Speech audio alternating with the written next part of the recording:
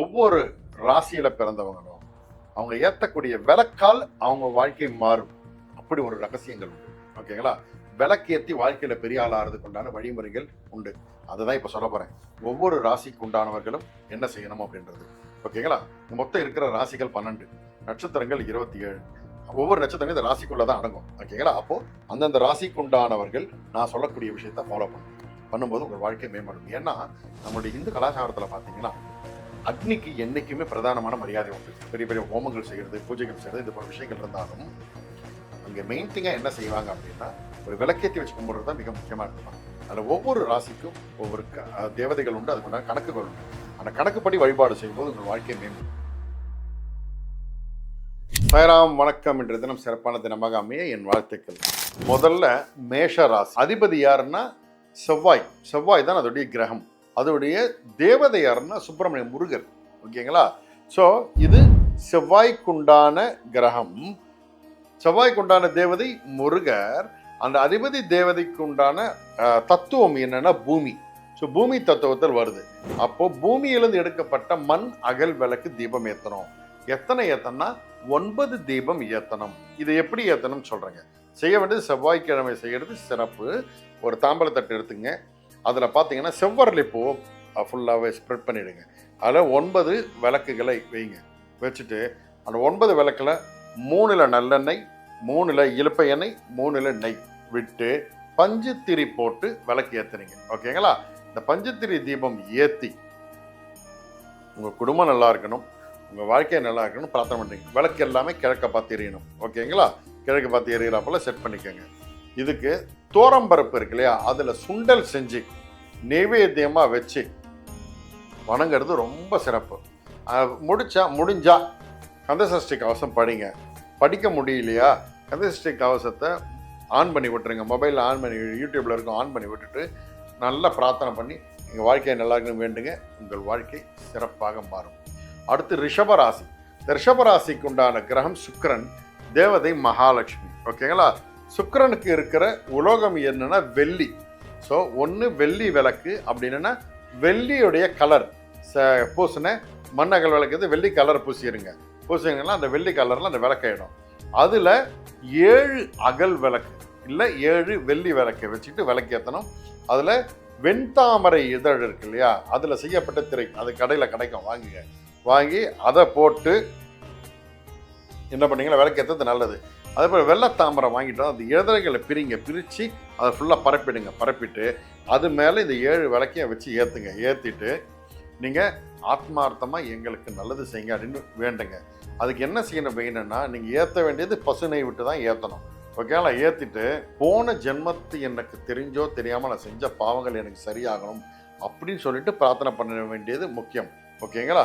அதே போல் இதில் என்ன ஒரு ஸ்பெஷல்னா, நீங்கள் வைக்க வேண்டியது மொச்சை சுண்டல் வச்சு நைவேத்தியம் பண்ணிட்டு மகாலட்சுமியோடைய மந்திரங்கள் எது தெரியுதோ அதை சொல்லுங்க. இல்லை மகாலட்சுமி 108 போற்றி சொல்லுங்க. அப்படின்னா மகாலட்சுமி அஷ்டகம் யூடியூப்ல இருக்கும், அதை போட்டு கேளுங்க. அது உங்களுக்கு ஒரு பெரிய ஏற்றத்தை கொடுக்கும். அடுத்து மிதுன ராசி. மிதுன ராசிக்கு உரிய கிரகம் புதன், அது தேவதை மகாவிஷ்ணு. ஸோ புதனுக்கு பார்த்தீங்கன்னா பித்தளை தான் அதோடைய உலோகம். ஸோ பித்தளை விளக்கு வாங்கி வச்சுக்கோங்க.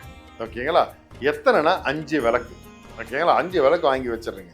வச்சுட்டு ஒரு தாம்பாளத்தட்டில் ஒரு 5 விளக்கு வைங்க. வச்சுட்டு அதில் பஞ்சுத்திரி வாசனையான பூவெல்லாம் போட்டுட்டு பஞ்சுத்திரி போட்டு நல்லெண்ணெய் விட்டு ஏற்றுங்க. விளக்கை ஏற்றிட்டு எனக்கு நல்லது பண்ணுங்க, பிரார்த்தனை பண்ணுங்க.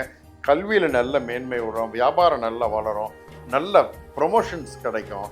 ஓகேங்களா? இதுக்கு பச்சை பயிர் இருக்குல்ல, அதில் சுண்டல் செஞ்சு நைவேத்தியம் பண்ணுங்க.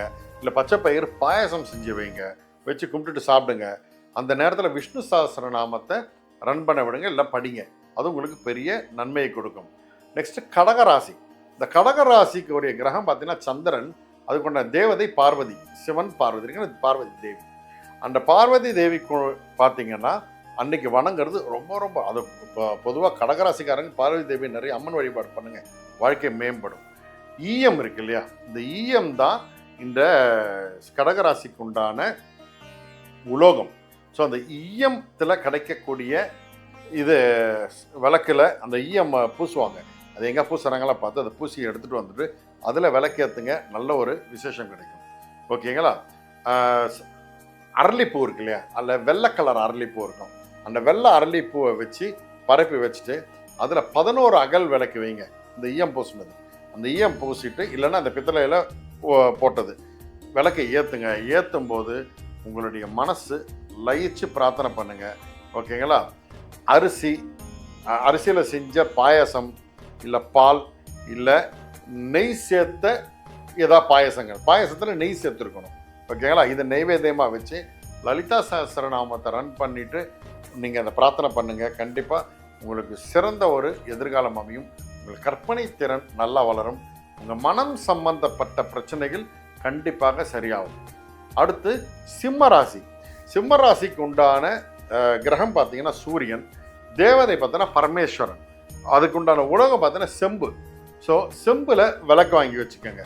ஓகேங்களா? அது கிடைக்கும், நீங்கள் கடையில் செம்பு விளக்கு கிடைக்கும், வாங்கி வச்சுக்கோங்க. வாங்கிட்டு ஒரு தாம்பாள தட்டு எடுத்துக்கோங்க. தாம்பாள தட்டில் 19 விளக்கு வைங்க. ஓகேங்களா? 19 விளக்குன்னு பூ, வெள்ளை கலரில் பூ வைங்க. இல்லை வெள்ளை எருக்கன் திரி கிடைக்கும், அதையும் வாங்கிட்டு வந்துடுங்க. வாங்கிட்டு வந்து இந்த விளக்கு 19 விளக்க வச்சு அதில் நல்ல நெய், சுத்தமான நெய்யை விட்டுட்டு இந்த திரியை போட்டு விளக்கி ஏற்றிட்டு பிரார்த்தனை பண்ணுங்க. கண்டிப்பாக வாழ்க்கை நல்ல பெருசாக வளரும். இந்த கோதுமை மாவில் செய்யப்பட்ட சப்பாத்தி, இல்லை கோதுமையில் செய்யப்பட்ட அல்வா, இதை நீங்கள் நைவேத்தியமாக வைக்கலாம். வச்சுட்டு லிங்காஷ்டகம் இதில் நெட்டில் இருக்கும், அதை போட்டுட்டு அதை கேளுங்க. கேட்டுட்டு நீங்கள் உங்களுடைய வாழ்க்கை மேம்படணும் பிரார்த்தனை பண்ணுங்கள். கண்டிப்பாக விநாயகருடைய அருள் முழுசாக உங்களுக்கு வந்து சேரும். அதே நேரத்தில் பார்த்தீங்கன்னா கவர்மெண்ட் சம்மந்தப்பட்ட காரியங்கள் உங்களுக்கு சக்ஸஸ் ஆகும். அடுத்து கன்னிராசிக்கு உண்டான கிரகம் புதன், தேவதை மகாவிஷ்ணு, அவங்களுக்கு உண்டான உலோகம் பார்த்தோன்னா பித்தளை. ஸோ பித்தளை உடைய இது வாங்கிக்கோங்க, விளக்கு வாங்கிக்கோங்க. வாங்கிட்டு மறிக்குழந்து இருக்கு இல்லையா, மறிக்குழந்து கிடைக்கும் கடையில், வாங்கிட்டு மறிக்குழந்து தாம்பாளத்தட்டில் பரப்பிடுங்க. பரப்பிட்டு 14 அகல் விளக்கு வைங்க. 14 அகல் விளக்கு வச்சு நெய்யை விட்டு, ஓகேங்களா, நூல் திரி, நம்ம பூ கட்டுற நூல் இருக்குல்ல, அதில் திரி மாதிரி செஞ்சு கட் பண்ணி அந்த நூல் திரியை போடுங்க. போட்டுட்டு நீங்கள் ஆத்மார்த்தமாக பிரார்த்தனை பண்ணி திவ்ய பிரபந்தம் அப்படின்னு சொல்லிட்டு பாசுரங்கள் இருக்குது, அது நெட்டில் இருக்கும். திவ்ய பிரபந்தத்தை ரன் பண்ண விடுங்க. ரன் பண்ண விட்டுட்டு பெருமாளை மனசில் நினச்சிக்கிட்டு வேண்டுங்க. வேண்டும் போது உங்களுக்கு பல பலன்கள் வச்சிடும். பாசிப்பருப்பு இருக்கு இல்லையா, அந்த பாசிப்பருப்பில் இந்த வெல்லம் நெய்யெல்லாம் சேர்த்து பாயசம் செய்யுங்க. அதுதான் நைவேத்தியம் வைக்கணும். இது செஞ்சுட்டு நீங்கள் பிரார்த்தனை பண்ணும்போது இந்த வெளிநாடு செல்லணும்னு நினச்சா வெளிநாடு போகிறதுக்கு உண்டான விஷயம், தடைப்பட்டுக்கிட்டு இருக்கக்கூடிய காரியங்கள்லாம் சக்ஸஸ்ஃபுல்லாக மாறும். கல்வியில் மேம்படலாம், ஞானம் வளரும், வாழ்க்கை மிக சிறப்பாக மாறும். ஓகேங்களா? இப்போது 6 ராசிக்குண்டான விஷயங்கள் சொல்லியிருக்கேன். அடுத்த 6 நாளைக்கு தொடரும். சாய்ராம்.